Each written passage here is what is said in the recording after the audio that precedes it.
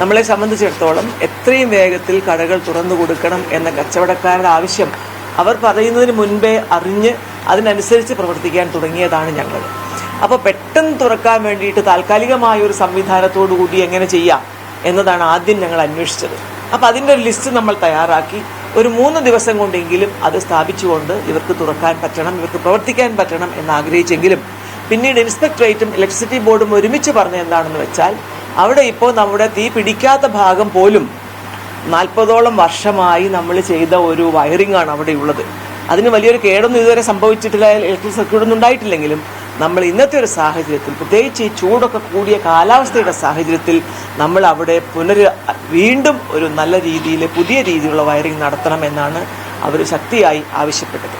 അതുകൊണ്ട് തന്നെ നമ്മളൊരു 3 ദിവസം കൊണ്ട് തുറക്കാൻ വേണ്ടി വയറിംഗ് ചെയ്യുന്ന കാര്യം, പ്രത്യേകിച്ച് താഴത്ത് തീ പിടിച്ച കെട്ടിടത്തിൻ്റെ താഴെയുള്ള കെട്ടിടങ്ങളായിരുന്നല്ലോ ഏറ്റവും പ്രശ്നം, അത് ഞങ്ങൾ പുനരാലോചിക്കുകയും എങ്ങനെയാണ് നമ്മളിപ്പോൾ പെർമനൻ്റ് ആയിട്ട് നമുക്ക് എന്ത് ചെയ്യാൻ കഴിയും, അതായത് വളരെ സുരക്ഷിതമായ രീതിയിലുള്ള വയറിംഗ്, അതിനോടനുബന്ധിച്ചുള്ള ഏറ്റവും നൂതനമായിട്ടുള്ള സംവിധാനങ്ങൾ, ഇതെല്ലാം ഉണ്ടാക്കിക്കൊണ്ട് എങ്ങനെ എത്രയും വേഗം അവിടുത്തെ പ്രശ്നത്തിന് ഒരു ശാശ്വത പരിഹാരം കണ്ടെത്താൻ കഴിയും എന്നതാണ് ആലോചിച്ചത്.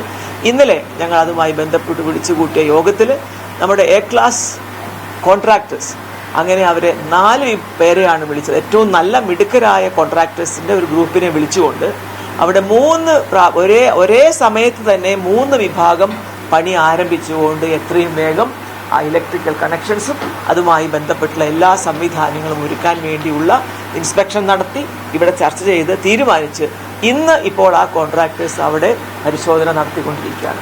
അത്ര വേഗത്തിലാണ് ഈ പ്രശ്നത്തിന് പരിഹാരം കാണാൻ വേണ്ടി കോഴിക്കോട് കോർപ്പറേഷൻ തീരുമാനിച്ചിട്ടുള്ളതും അതിനനുസരിച്ച് പ്രവർത്തിച്ചുകൊണ്ടിരിക്കുന്നതും. അതുകൂടാതെ അവിടെ ഇപ്പോൾ നിങ്ങൾക്ക് തന്നെ അറിയാം, പോലീസുകാർ വെച്ചിട്ടുള്ള 2 വലിയ ജനറേറ്റർ വെച്ചിട്ടാണ് ഇപ്പോൾ അവിടെ ഉദ്ദേശിക്കുന്നത്. ഇന്നലെ ഉച്ചയ്ക്ക് നമ്മൾ കൊടുത്തെങ്കിലും പണിക്കാരെ കിട്ടാത്തതുകൊണ്ട് ഇന്ന് വൈകുന്നേരം ആകുമ്പോഴേക്കും കോർപ്പറേഷൻ അവിടെ ജനറേറ്റർ വെച്ചുകൊണ്ട് അവിടെ ആ പൊതുവായ ഭാഗത്തൊക്കെ കാണുന്ന ഇരുട്ട് അതിനൊക്കെ ഒരു ശാശ്വത പരിഹാരം ഉണ്ടാക്കും.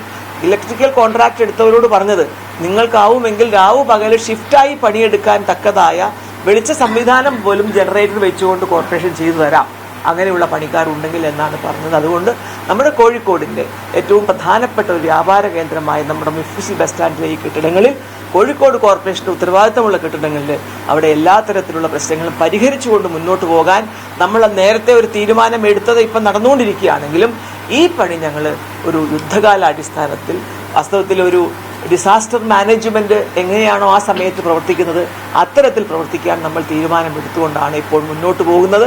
അതില്ലാതെ നമ്മൾ പണ്ടത്തെ രീതിയിൽ കുറേ സമയം ആലോചിച്ച് ടെൻഡർ വിളിച്ച് കഴിയുമ്പോഴേക്കും കാലം കുറേ വൈകും. പ്രത്യേകിച്ച് ഇവിടുത്തെ വ്യാപാരികൾ അവരുടെ വിഷമം മനസ്സിലാക്കിക്കൊണ്ടാണ് അവർക്ക് ഒരു ദിവസം പൂട്ടിയിടുക എന്ന് വെച്ചാൽ അത്രയും നഷ്ടമാണെന്ന് നമുക്കറിയാം. അതുകൊണ്ട് അവരെ കൂടെ സഹായിക്കാനും കോഴിക്കോട് കോർപ്പറേഷന് നമ്മൾ വിചാരിച്ചിരുന്നത് പോലെ നമ്മളിപ്പോൾ ഒരു 11.5 കോടിയുടെ പ്രോജക്റ്റാണ് ആദ്യം വെച്ചിരുന്നതിന് വേണ്ടിയിട്ട് മൊത്തം ഒന്ന് റിവാമ്പ് ചെയ്യാനും ഇത് മാറ്റാനും 2 ലക്ഷം ലിറ്റർ വെള്ളം കൊള്ളുന്ന ഒരു ടാങ്ക് സ്ഥാപിച്ചുകൊണ്ട് ഫയർ സേഫ്റ്റി പൂർണ്ണ അർത്ഥത്തിൽ അത് നല്ല രീതിയിൽ കൊണ്ടുവരാനുമായിട്ട് 11.5 കോടിയുടെ ഒരു പ്രോജക്റ്റിൻ്റെ കാര്യങ്ങൾ ഇപ്പോൾ ഇങ്ങനെ നടന്നുകൊണ്ടിരിക്കുകയാണ്. അത് നമ്മൾ കുറച്ച് മുമ്പേ തീരുമാനിച്ചെങ്കിലും അതിന് കുറച്ചുകൂടെ പുതിയ ഒരു രീതിയിലേക്ക് അത് വരാനുള്ള ആലോചന കൊണ്ടാണ് താമസിച്ചു പോയത്. അല്ലായിരുന്നെങ്കിൽ അത് നേരത്തെ തന്നെ തുടങ്ങിപ്പോകുമായിരുന്നു. എന്തായാലും ഈ ഒരു പ്രത്യേക തീപിടുത്തത്തിൻ്റെ സാഹചര്യത്തിൽ ആദ്യ ഘട്ടം എന്ന നിലയിൽ ഞങ്ങൾ ഈ ഒരു കാര്യങ്ങളാണ് നടപ്പിലാക്കാനായിട്ട് തീരുമാനിച്ചിട്ടുള്ളത്. ഏതാണ്ട് 1 കോടിയിലേറെ വരും അല്ലേ, 1 കോടിയിലേറെ ആദ്യത്തെ ഘട്ടം കേട്ടോ, മുഴുവനല്ല. ആദ്യത്തെ ഘട്ട പരിപാടിക്ക് തന്നെ റഫായിട്ട് തന്നെ നമ്മൾ കണക്കിലെടുത്തപ്പോൾ 1 കോടിയോളം രൂപ ഇതിനു വേണ്ടി ചിലവാകും. അതിൻ്റെ എല്ലാ തീരുമാനമെടുത്തു, ഇവരെല്ലാവരെയും അറിയിച്ചു. അങ്ങനെ ഞങ്ങൾ കുറച്ച് തീരുമാനങ്ങൾ എടുത്തിട്ടുണ്ട്. അതിൻ്റെ കോപ്പി നിങ്ങൾക്ക് എല്ലാവർക്കും പ്രിൻ്റ് ഔട്ടായിട്ട് ഇപ്പം തന്നെ തരും എന്നാണ് എനിക്ക് പറയാനുള്ളത്.